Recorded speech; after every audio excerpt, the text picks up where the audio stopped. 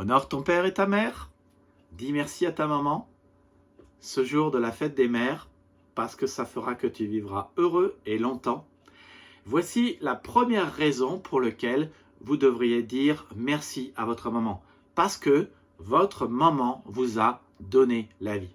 Le Christ lui-même a décrit ce qu'une femme vit au travers de l'enfantement, de l'accouchement, dans Jean 16, 21, lorsqu'il dit « Lorsqu'une femme accouche, elle éprouve de la douleur, parce que c'est le moment, mais à peine a-t-elle donné le jour au bébé, elle oublie son épreuve à cause de sa joie d'avoir mis au monde un enfant. » Alors, bien sûr, nous sommes d'accord que la vie vient de Dieu. Dieu crée, l'homme et la femme procréent.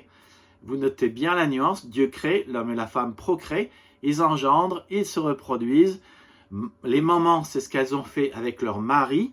Vous avez la vie dans votre corps, vous avez reçu cette vie aussi de Dieu. En Dieu, en Christ, ont été créées toutes choses, aussi vous-même, les mamans, la vie que vous avez en vous. Mais vous avez choisi et accepté avec votre mari de créer, de procréer la vie en vous, avec tout ce que cela comporte. Et nous ne voulons pas oublier cela. Comme Jésus le dit, lorsqu'une femme accouche, elle éprouve de la douleur. Votre maman qui a été enceinte de vous, elle a d'abord connu les nausées, puis elle a grossi, elle a connu les examens de santé poussés, l'accouchement qui en général n'est pas facile, les nuits blanches, et je crois que ça vaut un merci, juste de la remercier pour tout ce qu'elle a fait. J'étais là lorsque mon épouse a accouché, et cela a représenté beaucoup d'efforts. Le premier accouchement a duré, je crois, 27 heures, beaucoup de douleurs, de longs mois de grossesse, un corps qui se transforme, du poids en plus, des vêtements à acheter, des examens de santé, des préparations à l'accouchement. Puis vient le jour de l'accouchement, le jour qu'on appelle le jour de l'heureux événement qui en général masque la douleur, la peine, la souffrance, les risques aussi, les efforts intenses, la respiration.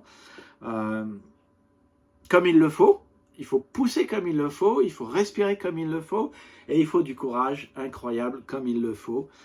Et je crois qu'on peut leur dire merci au nom de l'amour, qu'elles ont fait ça pour leur mari, qu'elles ont fait ça pour le bébé, qu'elles ont fait ça aussi pour elles, mais surtout pour le bébé et pour le mari. Et chacune peut se souvenir des différents accouchements, des efforts, du stress, des douleurs, des spécificités de leur accouchement. Celui-là était différent des autres, de l'hôpital, comment le bébé s'est présenté. Je me souviendrai toute ma vie de l'accouchement de ma chère épouse. C'était la veille de Pâques dans un petit hôpital catholique en Autriche. Elle avait le pied dans le plâtre et moi je tenais le pied dans le plâtre. Je vous épargne les détails. Le but c'est pas de parler d'elle aujourd'hui. Je suis sûr que chacun des accouchements qui ont eu lieu dans la vie de votre maman a rencontré des difficultés différentes. Mais lorsque la sage-femme a posé ce petit enfant si mignon sur son buste, elle a dit, et je me souviendrai toujours, elle a dit cette phrase courte, avec un sourire sur les lèvres, après 26 heures d'accouchement. Eh bien, si c'est pour donner la vie à un petit garçon aussi mignon que ça, je suis prêt à tout recommencer. Dans les faits, elle a fait exactement ce que Jésus a dit.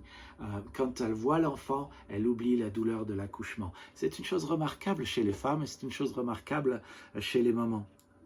Oui, elle a vécu ce que Jésus a dit. Alors, les mamans, elles ont eu la joie d'avoir donné vie à leur enfant, une joie tellement grande et forte que par elle, le Seigneur vous a fait oublier votre accouchement. Cela montre la place unique que vous avez, et nous, les enfants, la place unique, que la joie de vivre que nous avons, qui est grâce à vous. Vous avez eu la joie de donner la vie, nous avons la joie de vivre, et c'est grâce à notre maman. Alors, la Bible dit qu'il y a tellement de joie à vivre ici-bas. Dieu donne tout avec abondance pour que nous en jouissions. Il y a plus de bonheur pour l'homme qu'à manger et à boire et à faire jouir son âme du bien-être au milieu de son travail. Mais si nous avons de la joie à vivre ici-bas, c'est aussi parce que nous avons reçu la vie et de Dieu et de notre maman. Comme dit Ecclésiaste 2,24, cela aussi vient de la main de Dieu. Alors, je veux vous encourager à faire quelque chose.